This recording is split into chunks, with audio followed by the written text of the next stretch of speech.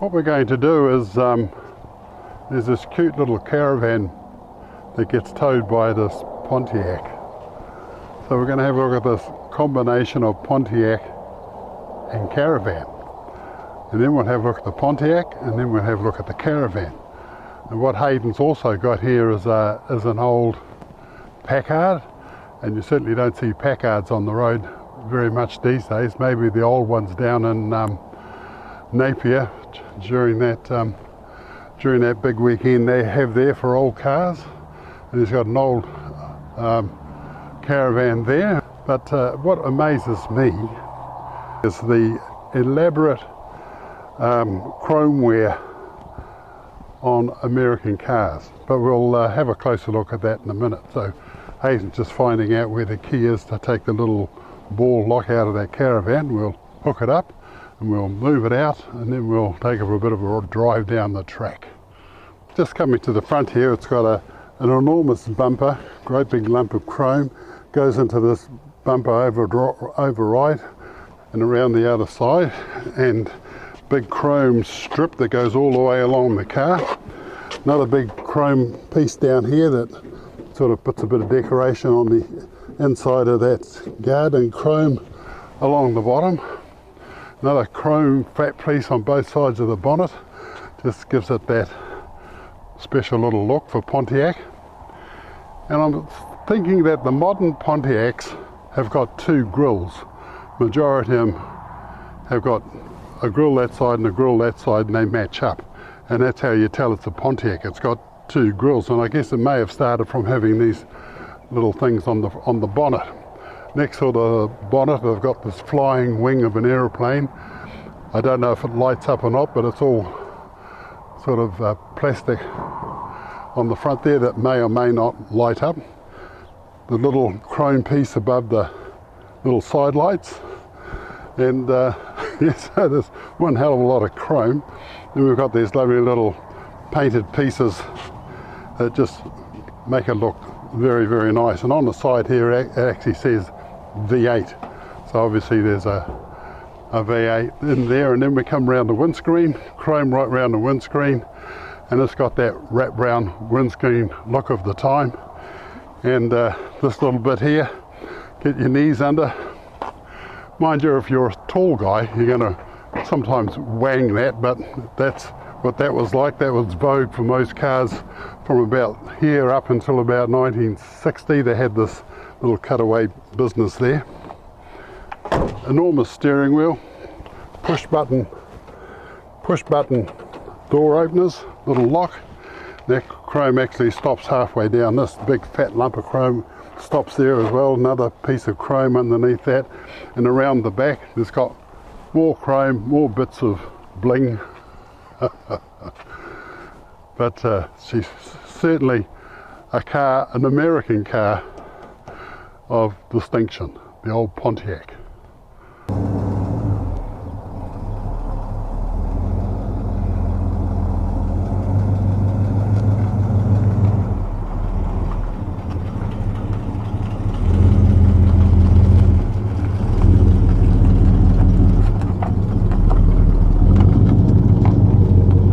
That'll do.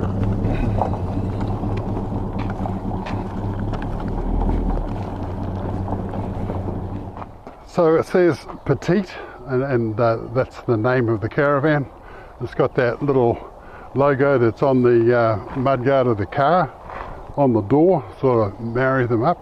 And it's great that they've actually matched the colour of the caravan to the colour of the car. And with technology these days, I suppose that's relatively easy.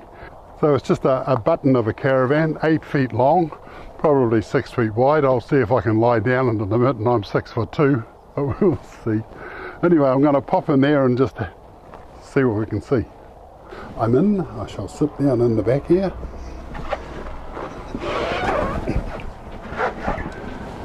Now, it's 8 foot long and 6 foot wide.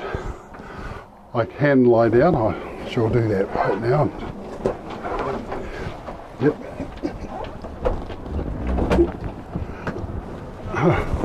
Look at that. Snug as a bug in a rug. but there's not room enough for me to lie down in this little thing. So it's got a bed here and a bed over there, so two people can sleep. All the little bits and pieces for cups and what have you. A little cupboard, more cups, so it doesn't matter if they fall out. A little fluorescent light, little roof light. Then we come down here, we've got this lovely little cooker, this little ceramic cooker, runs on gas, and a little pot there for knives and forks and spoons, and some plates down the bottom, and even a pair of scissors. And they are really, really handy when you go camping, that's for sure. On this side we've probably got pots and things. Yes, there we go. The tea kettle, all the other bits and pieces that you need, and there's a little sink on the top. All accessible from this while you're sitting here. Inside there's a little pin you pull, and there's the fridge. Obviously runs on gas. And put the little pin back. It'll come flying out, and then there's another little cupboard for towels and whatnot, I guess. So I guess it wouldn't be too impossible to rig up a shower arrangement outside and a bit of a lean-to, a couple of camp chairs, and you've got it made in this little 8-foot caravan, being towed by the old Pontiac. And so for 1976, which is quite a long time ago, 40 something years ago, 48 years ago, no, 46, 44, 47 years old, this caravan. That's unbelievable, isn't it? But anyway, it's got everything you need, and so I'm going to have a look at that back of that Pontiac. Just like the front of this Pontiac, the back is just as blingy. So we start off with these little curvy arrangements, little bling things at the top of the mudguard.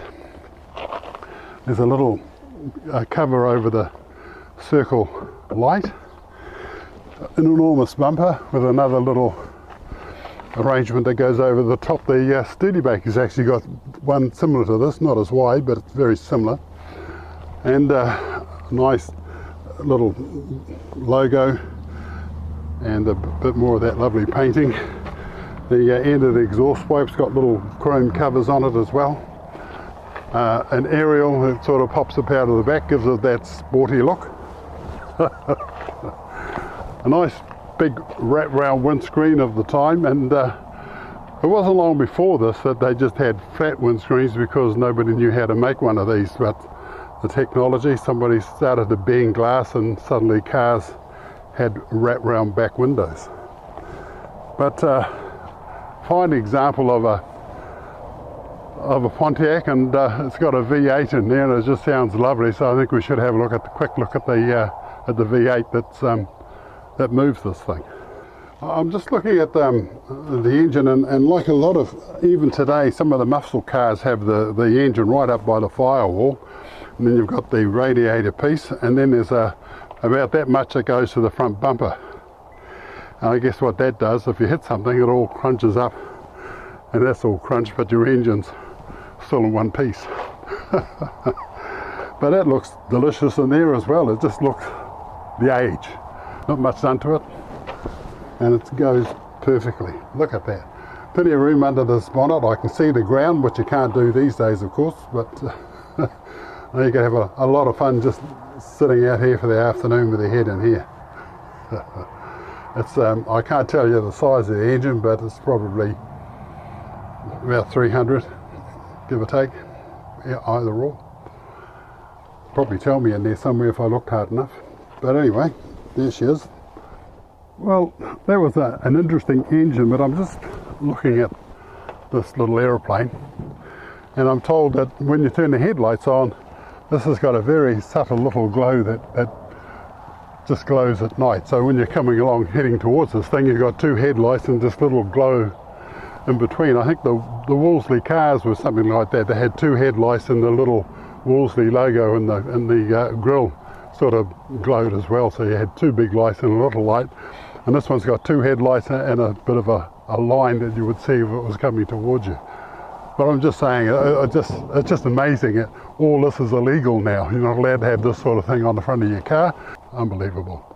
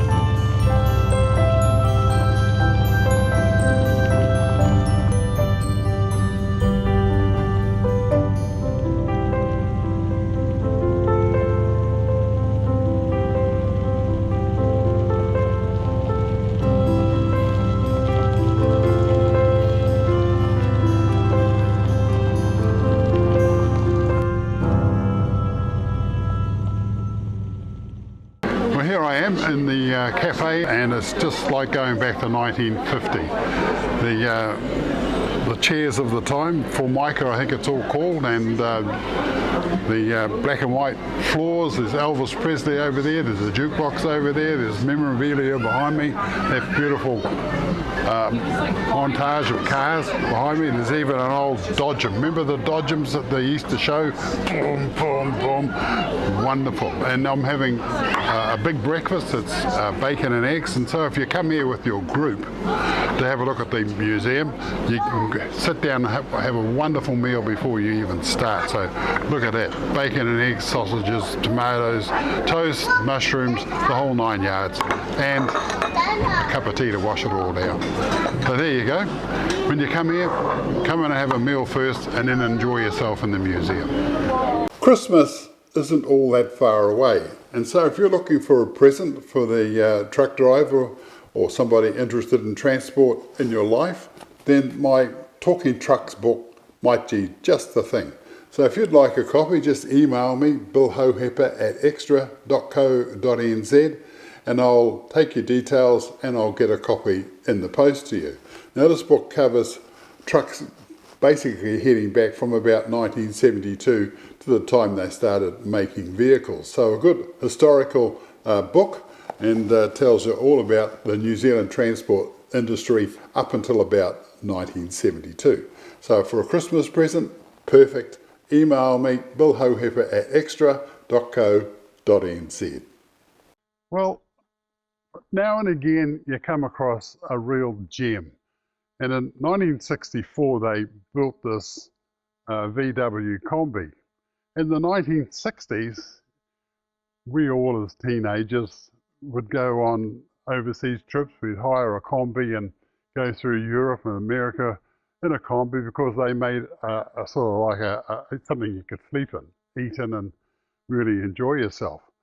And in Tauranga, we've come across this one, and it belongs to Julie, who I'll talk to in just a minute. But I just remember in the 60s, the flower power people had little bands around the head with flowers sticking out of it.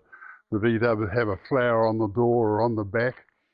And they were air-cooled engines in the back, and that's how the Germans made them. And their little VW cars, of course, had the engine in the back, and the whole thing cooled with air.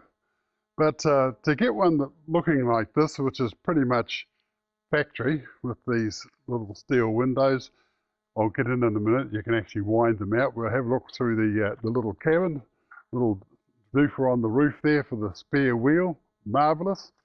And behind, a 1964 Concord caravan. and it looks absolutely fantastic. So we'll have a look through that at the same time. So what I'm going to do now is we'll get Julie here, and we'll have a chat to Julie about the old VW. Julie, when did you get this? We got this in 2013, and we actually found it in California. Wow. And she'd had the same owner since new. So yeah, we were very lucky to find her. So she's left-hand drive, of course, it was American. How do you find that if you're driving this on the you know? It's not too bad. You get used to it, because let's face it, you're not going to be overtaking anything. You know, so yeah. So you're enjoying yourself. Yeah, exactly. Yeah. Just chilling and taking our time going along the road. So yeah. So you've done this yourself? You've sort of refurbished it? It was completely original when we bought it inside, so it was still 1964 with the old original ice box and things, but we wanted to use it. So we stripped it out and completely done the inside ourselves. Between my dad and myself, we did it all. Excellent. I think we should have a look. Yeah, sure, no worries at all. There we go. So this is the feature with the old VW, had a double door system. They both opened like this one is, just sort of outwards. And I don't know if you've seen many Elvis Presley diners about, where the museum in Hamilton has got an Elvis Presley diner. And it's got the floor like this. It's got the seating of the time and all the memorabilia you can look at. So when you poke your head in this, you sort of think of an Elvis Presley diner with the floor and what have you. But the feature, looking at this, did you get this done yourself? My Julie? dad made it. He made it himself? He made it himself, yeah. And he's just got himself a VW logo off the front of another one? So we just bought a stainless steel VW logo, and he wrote about the wood, and then we used doming resin to, for the varnish. So, did that all. Come and have a look at this, folks. And in here we've got a cooker, and this is lovely, varnished wood. And how do we get into that? A little hole. Just a little lift up here. Yeah. Little cooker in there. And a little logo. You can slow it on your shirt. Wow. Yeah. And on the other side we've got a sink and lovely curtains. A little fridge in there as well. A little fridge underneath that. Cupboards along that wall. Beautiful.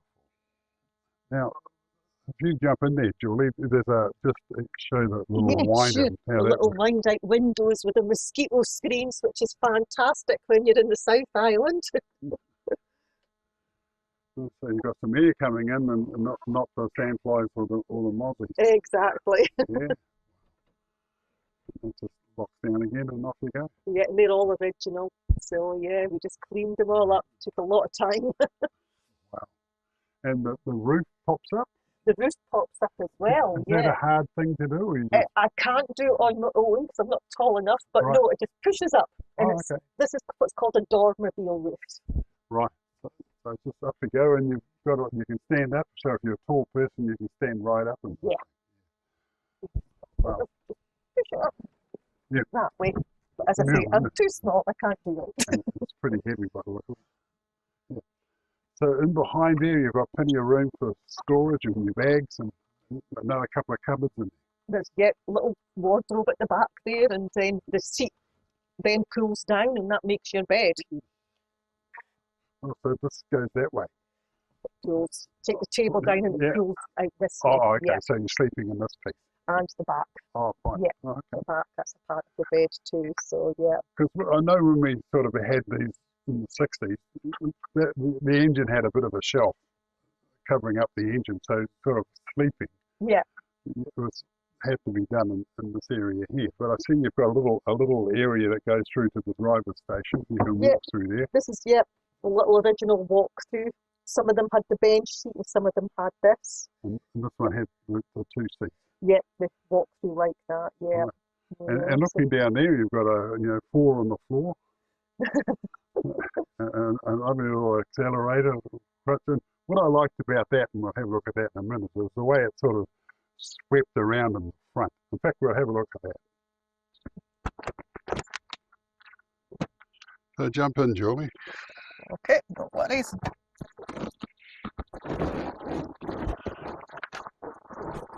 It suits you. You've got to say it suits you. Yeah. I have to say it's my hubby that drives it more than I do. Oh, But okay. yeah. But that flat steering wheel, you can sort of use the Yeah. palm of your hand to sort of spin it. Yeah. And a very cute little speedo, I suppose. You've got a speedo, a fuel tank, and I suppose those little lights come on if you've got a fuel problem or a heating problem. Yeah, just the little indicators, and yeah, That's about it. that's about it really. And these are extras just for oil temperature Yes, and rev counter because it has an upgraded engine. yes. But yeah, it's very as it was. Yeah, so I just love the way it sweeps around the front here, sort of matching the way it's built out the front there. It's just, I think that's just magic. That's what I love about it the most is the front. It just makes everybody smile. And there's a little lug thing on the gear. What's that for? That's just to lift up and lets you put it into reverse. Oh, so you pick up the whole thing. You pick up this whole handle I and see. it moves into Right. reverse. Yeah, and this is just to help you get the handbrake so you don't have to reach so far. Because they had a little handbrake with a little button on the top, I seem to remember. Yeah, that's Yeah, right. It's just there it under is. there. Yeah, It's just a little accessory to make life a wee bit easier. Wow. Well, everything you can think of. Little dip switch on the floors and you hit it with your boot. I think that's a good idea because today you've got to push a little lever on the steering wheel and sometimes, oh, sorry, mate. Exactly. That's great. But a lot of people nowadays don't even know what that is. And you have a little ashtray in the middle and Yep. radio go. And this is just a little drinks holder, which is an extra accessory that we have. Yes. No, you've done it well.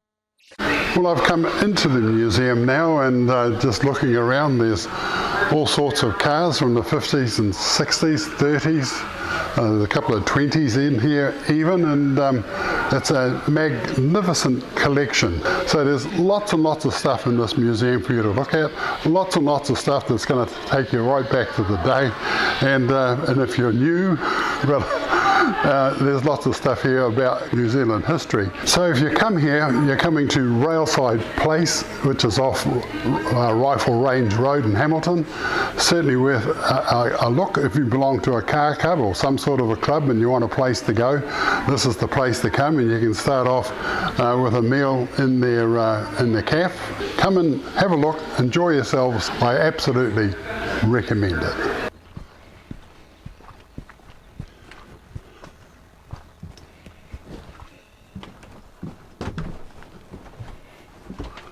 So you've rebuilt this caravan yourselves? Yeah, my dad and myself, we did most of it ourselves, and yeah, it took us nearly 3 years to renovate because it was in a real mess when we got her. Yeah, we saw one at the beginning of the show, the boy with the Pontiac, young Hayden. He's got one he's going to do up, and it'll end up looking like this, I guess. Yeah, with a lot of time and effort. Yeah. So Concord have been around since the 70s? 60s. 60s. Early 60s, I believe, because this is a 1964 one. Right. And they originally started off in Taronga. Yes.